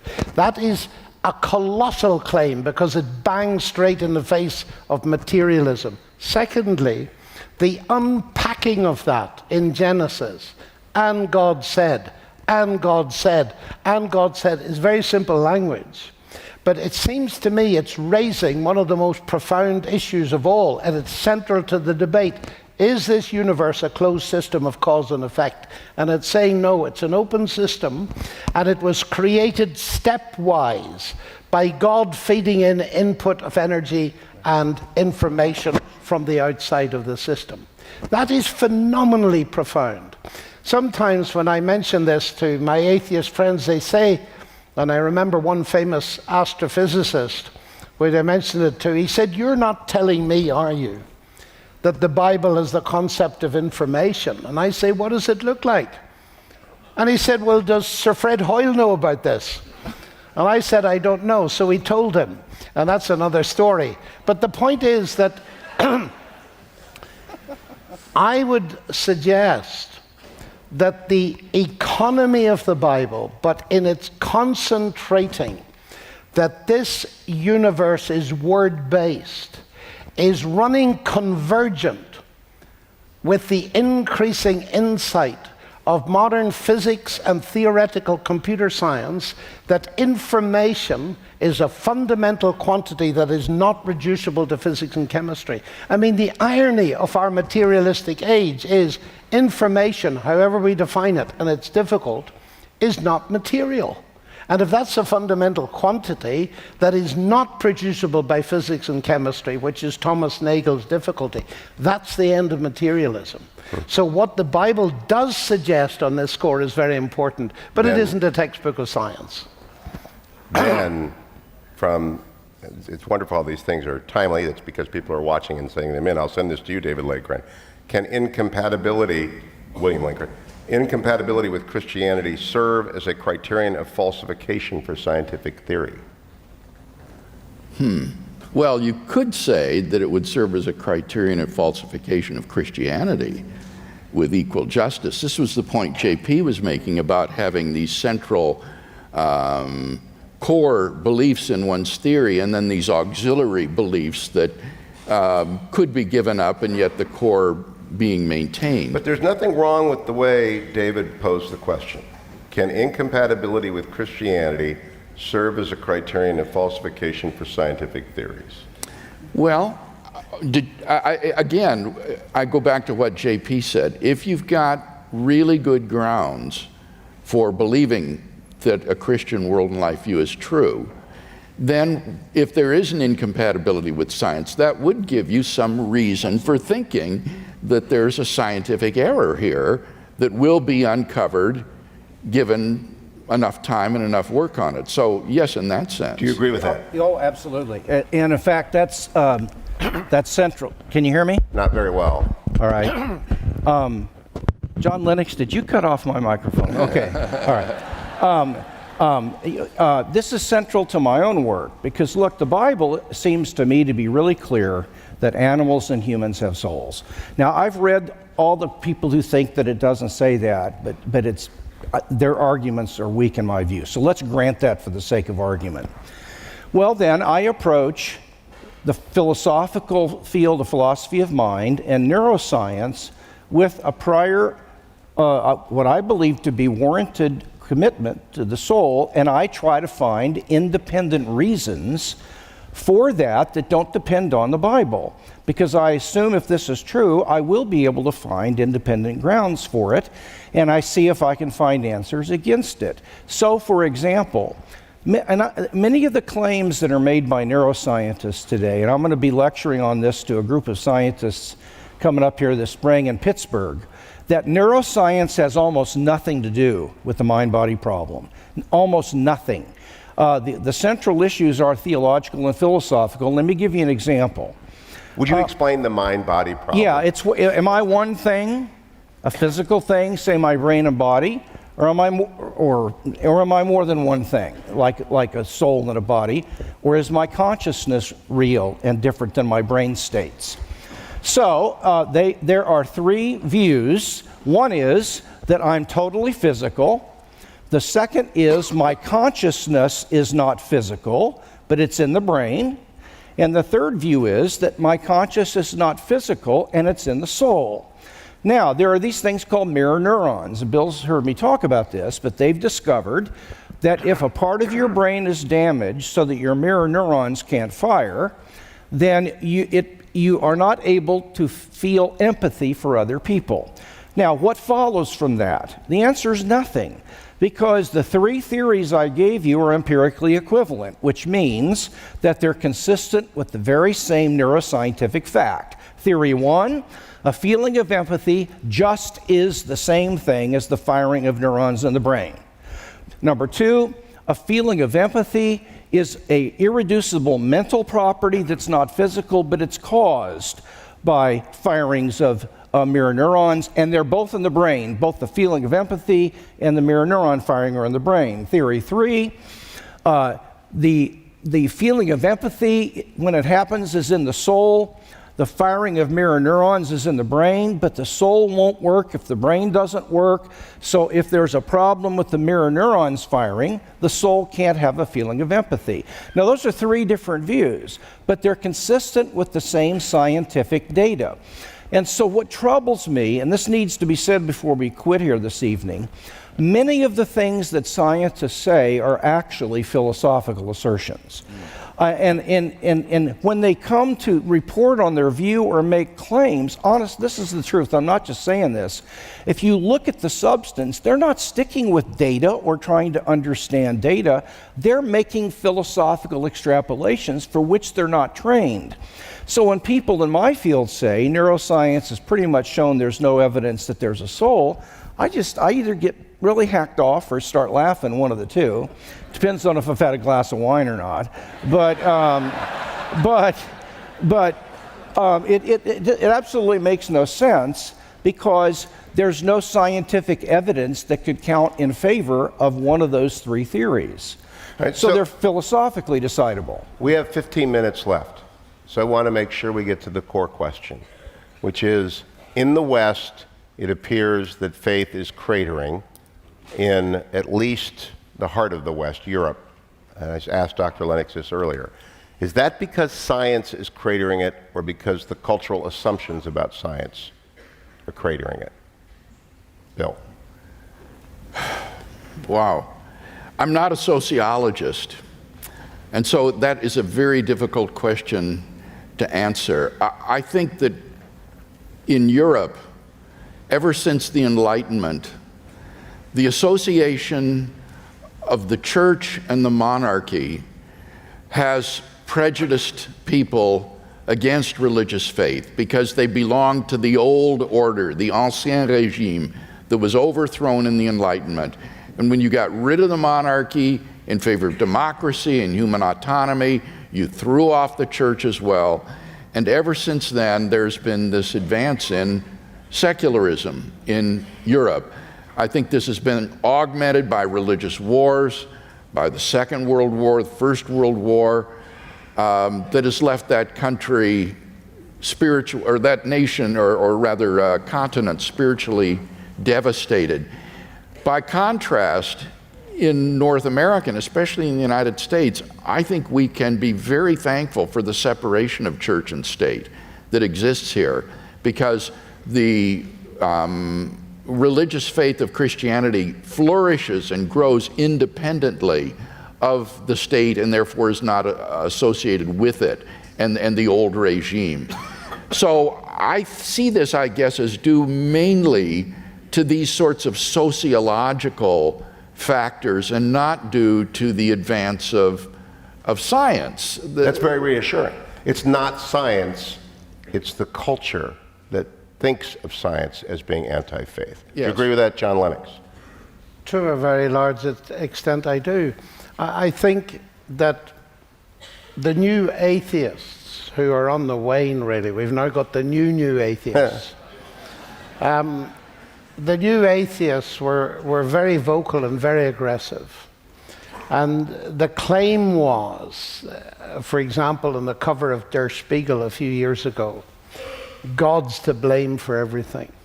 And the Dawkins analysis was 9/11 radicalized me. In other words, the simplistic analysis was, that's religion, it's unacceptable, we got to get rid of it. If you say that's extreme religion, well, yes, but extreme religion thrives on the periphery of moderate religion, so the whole lot has to go. And so you got at the conference at La Jolla 5 or 6 years ago, Steven Weinberg, who won the Nobel Prize, saying the best thing that scientists can do for religion in this generation is to get rid of it. So there's certainly a strong element of that. And we mustn't underestimate the colossal influence that books like The God Delusion have had on young people. Now, I think this whole sociological element is playing in with it. But I'm encouraged to a certain extent that many, many young people are getting a bit fed up. And indeed, many of my atheist friends are getting fed up with that kind of strident, militant attitude. And if you put extreme Islamists in the same category as the Amish, you're not actually doing intellectual thinking a service. So that it's on the wane, and it's a very, very complex mix. If you ask in the UK why people leave the churches, the main BBC conclusion is they don't answer our questions. So I think that's an enormous challenge to the Christian church, to get out there and listen to what people have to say, listen to their worldview, and try to help answer their questions. JP, and then I have a last question with 2 minutes or each? Yeah, years ago I went to a small gathering of 20 people where I was going to give an evangelistic presentation in a home, and a lot of non-Christians came. I was at the hors d'oeuvre table. I was warned about a physicist with a PhD in physics from Hopkins, and sure enough, he came in and made a beeline over to me at the hors d'oeuvre table, and I shook his hand, and he said, well, first thing he said to me, I hear you're a philosopher and a theologian. And I said, well, I give it my best shot. And he said, I used to be interested in that when I was a teenager. But when I matured, I outgrew it because I came to know that if you can't quantify it and measure it in the lab and test it empirically, it can't be known. Now, what he was asserting was scientism, not science, and there are different versions of scientism, but the main danger we've got, again, is scientists making statements out of their field. He was making an epistemological claim, a claim about the nature of knowledge, for which he had no training. And if he would just stick to the science, I think we'd all be better off. But the trouble is, the guys with the lab coats they're the priests of the culture, and they feel like they can say anything about anything and nobody stands up to them. And a philosopher sure can't do it, because philosophy is psychology misspelled today to most people. So, But why then? yeah. Why did they win it all, even if they're not presently winning? Why wouldn't the truth claims of a truth system have overwhelmed people who are simply on a cultural jihad against folks they don't like? Well, I think the best book on that question is Julie Rubin's book. She's a Harvard professor, called The Making of the Modern University. And she traces the American university from 1880 to 1930 and shows how scientific naturalism replaced Christian theism in the university, and it was largely for sociological reasons. All right, my last question, I want to conclude by where we were 6 years ago. And I'll start with you, William Lane Craig, and then go back and end with JP. Hitchens was arguing that the evidence for the irrationality of any religious belief was everywhere because the violence of religion was everywhere. He would be pointing today to ISIS and to the accumulating evidence of a terrible crisis in the world having to do with religious fanaticism. So how in the world does the scientific truth of the rise in fanaticism get repudiated by an appeal to the Bible, when, in the eyes of the world, that's the problem right now? Yeah. It seems to me, as I said then, Hugh, that you cannot invalidate a worldview based upon the failure of adherents of that worldview to live consistently with the teachings of that worldview. As John said earlier, Jesus would not be implicated in these kinds of acts. He wouldn't have led the Crusades or the Inquisition. He wouldn't conduct jihad. And the fact that religious zealots of all different sorts of stripes engage in these sorts of activities does absolutely nothing to impugn the truth of the teachings of Jesus of Nazareth. He himself could not be indicted for these sorts of things. So I think that while this may be a great emotional difficulty for people in our culture to overcome, philosophically, it's just insignificant. It does not do anything to show that God does not exist, that he has not raised Jesus from the dead, and that salvation and eternal life is not available through faith in Christ. These abuses of religion don't do anything to undercut those truths. In fact, on a Christian view of the fallenness of man, we ought rather to expect such abuses of religion, because it's so symptomatic of a fallen humanity that it would take the best and the most beautiful things and twist them into ugly, misshapen forms. Dr. Lennox?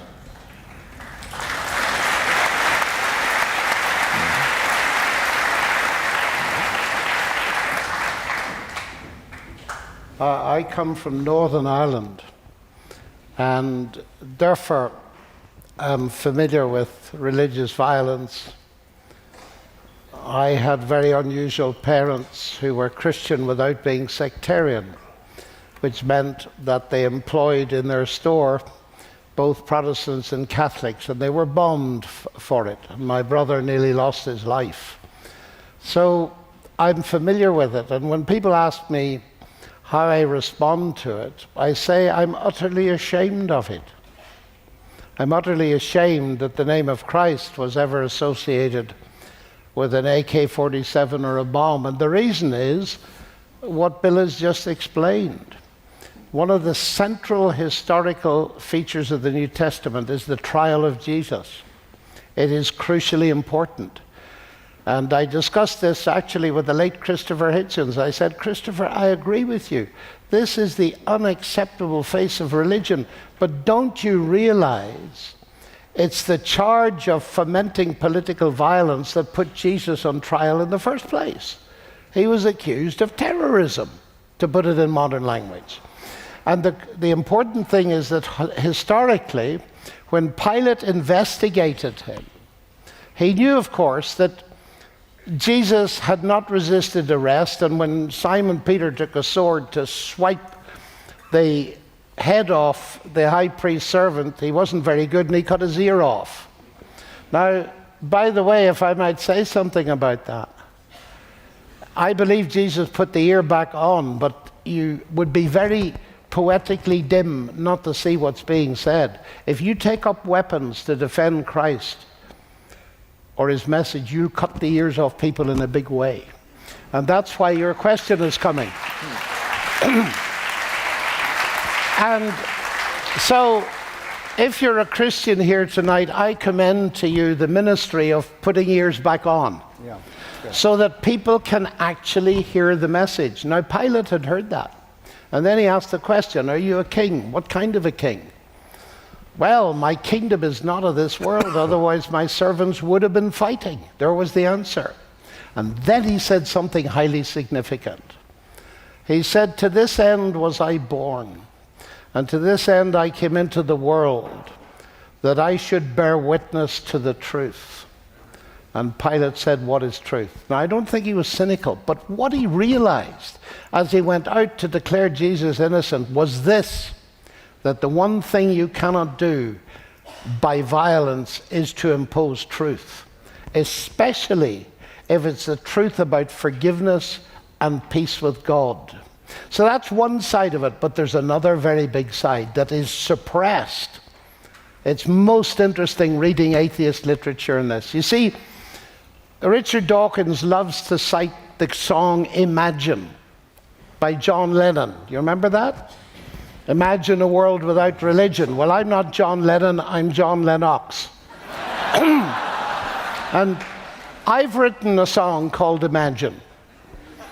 I'm not going to sing it, but it's imagine a world without Hitler, Pol Pot, or Mao. What about that world?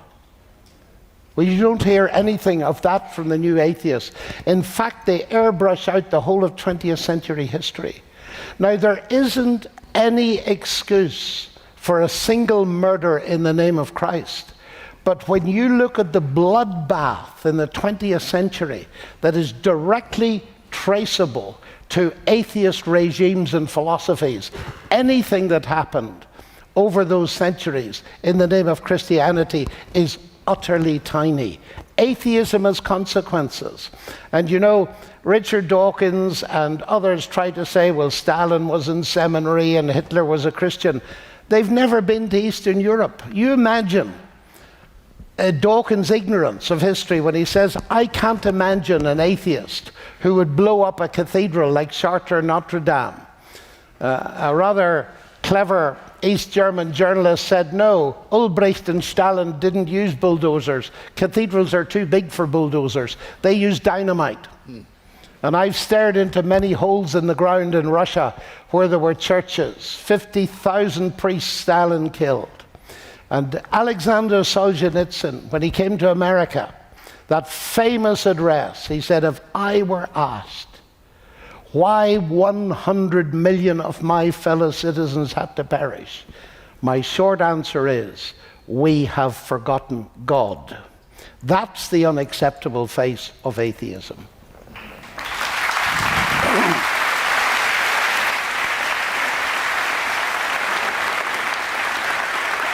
The last question goes to you, JP. The speech he just referenced, I was in the audience for 35 years ago, and it was my commencement speech. And Solzhenitsyn thought we had lost, but in fact the Soviet Union had lost. He wrote in The Oak and the Calf, all you have to do is push a stick through it. Has the new atheism lost, and they just don't know it yet? Yeah, I think it's, I wouldn't want to put it in those terms. Because I think we know at the end of the day, ultimately we're going to win, but there will be losses if my view of human freedom is correct. Because I believe that the net balance of good and evil at the end of the world, when Christ comes back, is contributed to by human action. And so there can be genuine losses. I think there's been huge losses in Europe for a long time. And I think that there could be losses in America. I want to be more precise then. Have the atheists made arguments from science that defeat Christianity thoroughly so that a young person doesn't want to go to a Biola University because they don't want to waste their time with truth claims made by a disproven and archaic religion? People in the academy don't take the new atheists seriously because their writings aren't that sophisticated. They're popularizers. Dawkins' work, if it were judged philosophically, would be about a C+. And seriously, so no. In fact, I find their work to be a reaction to the growth of Christian philosophy and apologetics. I actually think they're reacting to the wave of stuff that's been coming from our side. So absolutely not. And I think there are good days ahead for us, but we have to keep working at it. For those who want that wave, as our time is out, you go to Biola University, biola.edu, or simply go to the hashtag GodScience and follow your nose. Would you please join me in thanking our distinguished panel?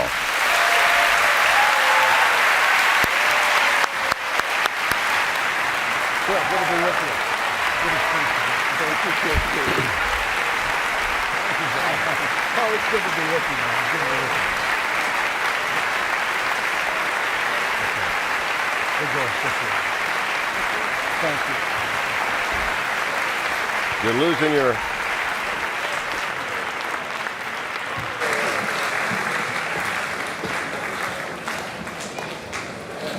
One more big round of applause for the interrogator, Hugh Hewitt.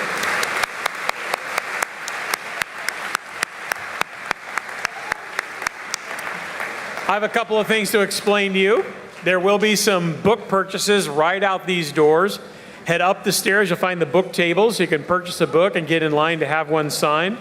And don't forget, the restrooms are in that same direction. Well, I hope you enjoyed that. That was kind of like a mental monster truck rally. And please do check out the master's degree in Christian apologetics, the master's in science and religion, the Tory program, and all the wonderful programs Biola has, from biblical studies to psychology. Thank you so much for coming. We enjoyed it tremendously. You are dismissed.